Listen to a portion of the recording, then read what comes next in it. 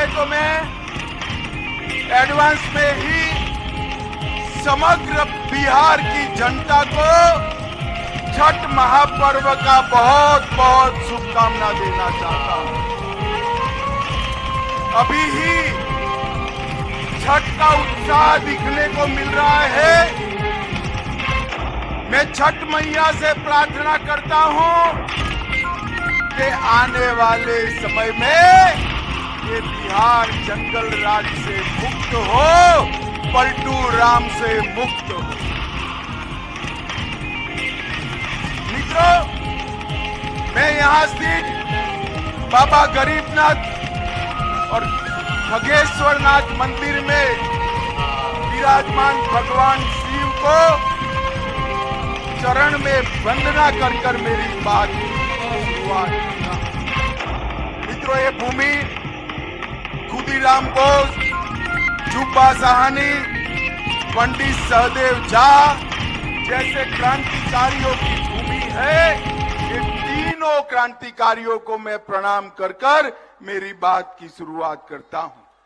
मित्रों, आज मैं जब उत्तर बिहार में आया हूं तब लगभग पूरे बिहार के सभी अंचल का मेरा दौरा आज समाप्त हो रहा है। मैं फिर से एक बार बिहार की जनता का हृदय से धन्यवाद करना चाहता हूं। मित्रों, 2014 में बिहार की जनता ने मोदी जी को 31 सीटें दी और 19 में 39 सीटें दी। इस बार 24 में एक का कमी रह गया है। 24 में 40 की 40 सीटें मोदी जी की झोली में डाल दीजिए। और मित्रों, इससे भी बड़ा विनती है कि 2025 में इस बार कमल फूल की सरकार बनानी है, भाजपा सरकार बनानी है। क्योंकि आपने जब आशीर्वाद दिया, ये पलटू राम ने पलटी मारकर जनादेश का द्रोह किया। मुझे बताओ, आपने लालू जी के जंगल राज के खिलाफ वोट दिया था या नहीं दिया था? जोर से बोलो, दिया था या नहीं दिया था? ये पलटू राम प्रधानमंत्री बनने के लिए बिहार के जनादेश के साथ द्रोह करे है और बिहार को जंगल राज की, गुंडा राज की भेंट पर चढ़ाने का काम नीतीश कुमार जी ने किया है। मित्रों, मोदी जी के नेतृत्व में अभी G20 हुआ और G20 में दिल्ली घोषणा पत्र को सभी देशों ने सर्वसहमति से स्वीकार कर मोदी जी का सम्मान करने का काम किया है। अफ्रीकन यूनियन को G20 में शामिल किया। आतंकवाद, क्लाइमेट चेंज और बायोफ्यूल अलायंस को सफलता मिली और मोदी जी ने सभी राष्ट्राध्यक्षों को राष्ट्रपिता महात्मा गांधी के समाधि पर, राजघाट पर श्रद्धांजलि दिलाकर समग्र देश का गौरव बढ़ाने का काम किया है। मित्रों, मैं आज यहां आया हूं तब ये पलटू बाबू को कहने आया हूं, आपने बिहार की जनता का जनादेश का द्रोह किया है, परंतु मोदी जी ने 9 साल में इस देश में से आतंकवाद को समाप्त करने का काम नरेंद्र मोदी जी ने किया है। मुझे बताओ बिहार वालों, कश्मीर हमारा है या नहीं है? जोर से बोलो, है या नहीं है? धारा 370 हटनी चाहिए थी या नहीं हटनी चाहिए थी? ये आरजेडी और जदयू धारा 370 हटाने के पक्ष में नहीं थे। उन्होंने कहा कि धारा 370 हटाओगे तो कश्मीर में खून की नदियां बहेगी, लालू जी, खून की नदियां छोड़ो, किसी की कंकर चलाने की हिम्मत नहीं हुई है, कंकर चलाने की। मोदी जी ने ट्रिपल तलाक पर बैन किया, सर्जिकल स्ट्राइक और एयर स्ट्राइक कर कर आतंकवादियों को सीधा करने का काम किया, चंद्रमा पर तिरंगा पहुंचाने का काम किया, नया पार्लियामेंट का बिल्डिंग बनाने का काम किया और माताओं बहनों को 33% आरक्षण विधानमंडल और संसद में देकर मातृशक्ति का सम्मान करने का काम नरेंद्र मोदी जी ने किया है। मित्रों, ये जो इंडी अलायंस है, उनका एक ही एजेंडा है, नरेंद्र मोदी का विरोध करना। इन्होंने जब इनको शासन मिला तब 12 लाख करोड़ के घपले घोटाले करे थे और भ्रष्टाचार का विरोध करने वाले नीतीश बाबू आज चार्जशीटेड लोगों के साथ सत्ता का सुख भोग रहे हैं। नीतीश जी, शर्म करो, शर्म करो। लालू की खिलाफत कर कर राजनीति की थी, आज लालू की गोदी में बैठे हो। माताओं, भाइयों, बहनों, मुझे बताओ, 2G घोटाला करने वाले इंडी अलायंस वाले चाहिए या 5G देने वाले नरेंद्र मोदी चाहिए? जोर से बोलो। मित्रों, ये परिवार की दुकान चलाने वाले लोग हैं। एक को प्रधानमंत्री बनना है और दूसरे को, बेटे को मुख्यमंत्री बनाना है। मैं दोनों को कहने आया हूं, नीतीश बाबू, प्रधानमंत्री छोड़ दो। इंडी अलायंस ने तो आपको संयोजक भी नहीं बनाया, आप कहीं के नहीं रहे। मैंने पहले ही कहा था, आप माने नहीं, तेल और पानी कभी इकट्ठा नहीं होते हैं, अलग अलग ही रहते हैं। आगे भी देखिए लालू जी आपकी क्या गत कर रहे हैं, क्या गत कर रहे हैं। और अब हर रोज छटपटा रहे हैं। लालू जी से निकलना तो है, मगर रास्ता नहीं बचा है। कभी कांग्रेस को गाली बोलते हैं, कभी कार्यक्रम में नहीं जाते हैं, मगर उनके पास कोई रास्ता नहीं बचा है। माताओं, भाइयों, बहनों, 2 प्रकार के जैम है। बीजेपी सरकार का जैम है जनधन अकाउंट, आधार और मोबाइल, और बिहार सरकार का जैम है जातिवाद और परिवारवाद, अपराध और माइनॉरिटी का तुष्टीकरण। आपने मोदी जी के जैम के पास जाना है, आगे नहीं जाना है। मित्रों, अभी अभी ये गठबंधन वालों ने बिहार की जनता को गुमराह करने के लिए पिछड़ा समाज के ख्वेरखा होने की बात करी। आज मैं बिहार के पिछड़ा समाज को कहने आया हूं, इनके झांसे में मत आइए। ये जो सर्वेक्षण करा है नीतीश जी ने, सर्वेक्षण करने का फैसला हुआ तब भारतीय जनता पार्टी नीतीश सरकार में हिस्सेदार थी और भारतीय जनता पार्टी का ये फैसला था। और मित्रों, सर्वे में क्या किया? यादव और मुस्लिम आबादी बढ़ाकर ईबीसी की आबादी को कम किया।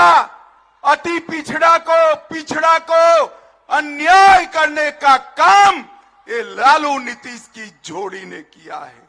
मित्रों, इन्होंने हमेशा पिछड़ा समाज का कांग्रेस ने बहिष्कार भी किया, विरोध भी किया, और मोदी जी ने हमेशा पिछड़ा समाज का सम्मान करने का काम किया है।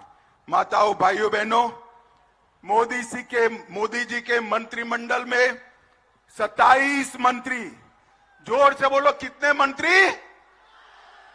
27 मंत्री ओबीसी समाज से हैं।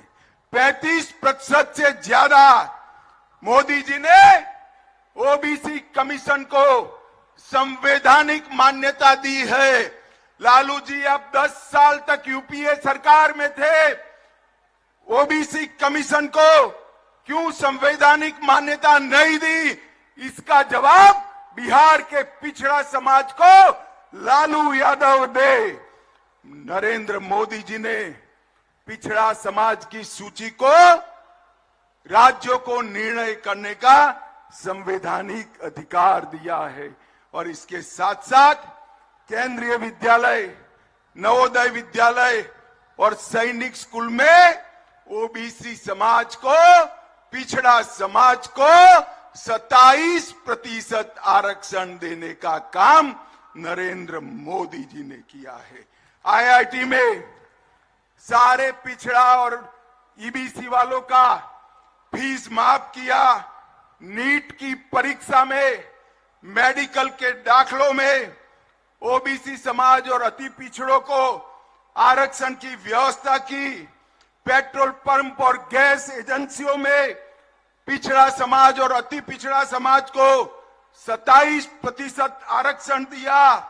प्री मैट्रिक और पोस्ट मैट्रिक छात्रों की वित्तीय सहायता की और डीबीटी के माध्यम से सीधा बैंक का खाते में फीस भेजने का काम नरेंद्र मोदी जी ने किया है।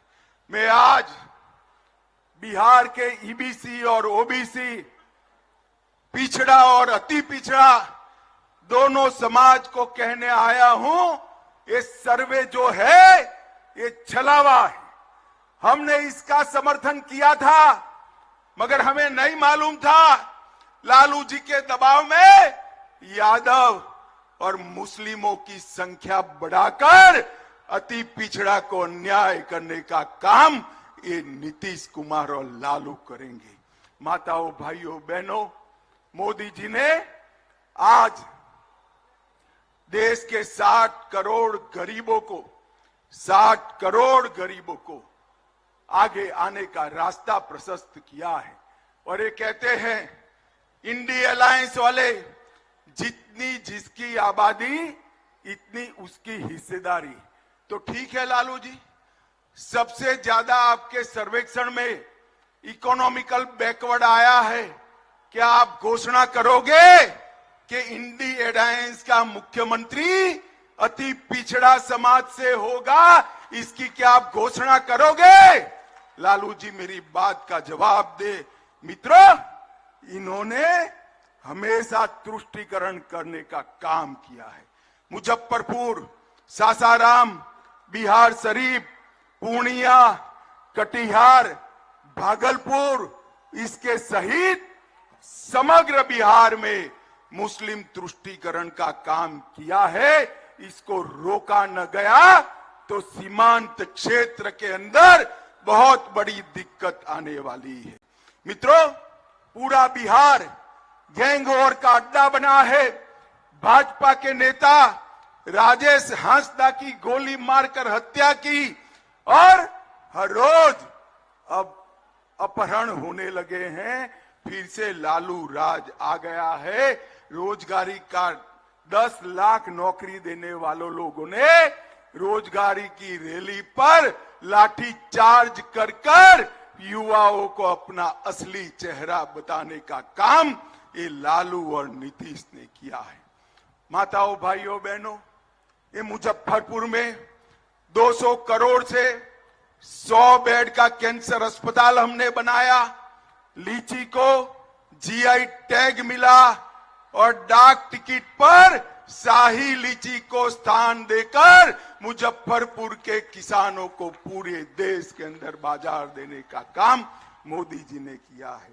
हमारी सरकार ने दरभंगा एयरपोर्ट पर अब 16 लाख यात्री यात्रा कर चुके हैं। 40 करोड़ की लागत से इंडियन टर्मिनल बिल्डिंग का काम चल रहा है और दरभंगा एम्स, गोपाल जी ठाकुर यहां भी बैठे हैं, गड्ढे में धरना कर दरभंगा वालों को बताने का काम किया है कि नीतीश जी ने कैसी जगह दी थी। भाई और बहनों, केंद्र सरकार ने बिहार के विकास के लिए कोई कसर नहीं छोड़ी है। जब सोनिया मनमोहन की सरकार थी, लालू जी वहां मंत्री थे, तब 10 साल में बिहार को 1,50,000 करोड़ रुपया दिया था। मोदी जी ने 9 साल में 6 लाख करोड़ रुपया देकर बिहार का विकास किया है। ये 6 लाख करोड़ रुपया ग्रांट इन एड एंड और डिवोल्यूशन का है। इसके अलावे भी 4.5 लाख करोड़ रुपया बिहार में कई सारे पुल, 2 नए Vande Bharat train, 3 वंदो metro train चलाने वाले हैं, 2584 करोड़ से 49 नए रेलवे स्टेशन, पटना का हवाई अड्डा और गया के हवाई अड्डे का आधुनिकीकरण करने का काम नरेंद्र मोदी जी ने किया है। और इसके साथ साथ मुजफ्फरपुर वालों, ध्यान से सुनना, 86 लाख किसानों को हर माह 6,000, हर साल 6,000 रुपया नरेंद्र मोदी सरकार भेज रही है। 80 लाख गरीबों को, 80 लाख से ज्यादा आयुष्मान भारत के लाभार्थी है। 1.3 करोड़ शौचालय बनाए हैं, 1.8 करोड़, 1,80,00,000 गरीबों को प्रति माह 5 किलो अनाज प्रति व्यक्ति मोदी जी भेज रहे हैं। और मोदी जी ने कल ही ऐलान किया है, अगले 5 साल तक ये गरीबों को और अनाज देने का काम भारतीय जनता पार्टी करने वाली है। 23 लाख गरीबों को गैस का सिलेंडर दिया और इसके साथ साथ 26,000 गरीबों को घर देने का काम भारतीय जनता पार्टी की सरकार ने किया। मुझे बताओ भाई, अंतिम बात मैं कहना चाहता हूं, मुजफ्फरपुर वालों जरा जोर से बताना, अयोध्या में राम मंदिर बनना चाहिए था या नहीं बनना चाहिए था? जोर से बोलो, बनना चाहिए था या नहीं बनना चाहिए था? ये इंडिया अलायंस वाले लालू, नीतीश, कांग्रेस राम जन्मभूमि के मंदिर को लटकाते रहे, अटकाते रहे, भटकाते रहे। मोदी जी ने इसका भूमि पूजन किया और 22 जनवरी 2024 को भव्य मंदिर में रामलल्ला की प्राण प्रतिष्ठा होने वाली। मैं तो बिहार वालों को निवेदन करने आया हूं, 22 जनवरी को 12 बजे प्राण प्रतिष्ठा है। देश भर के मंदिरों में आरती होने वाला है, आप भी शामिल होइए और राम लल्ला की प्रतिष्ठा का स्वागत करिए, यही मेरा विनंती है। तो मेरे साथ दोनों हाथ उठाइए, उठाइए दोनों हाथ। 24 में सभी सीटें जीतने का संकल्प करिए और प्रचंड आवाज से बोलिए, भारत माता की, भारत माता की, भारत माता की।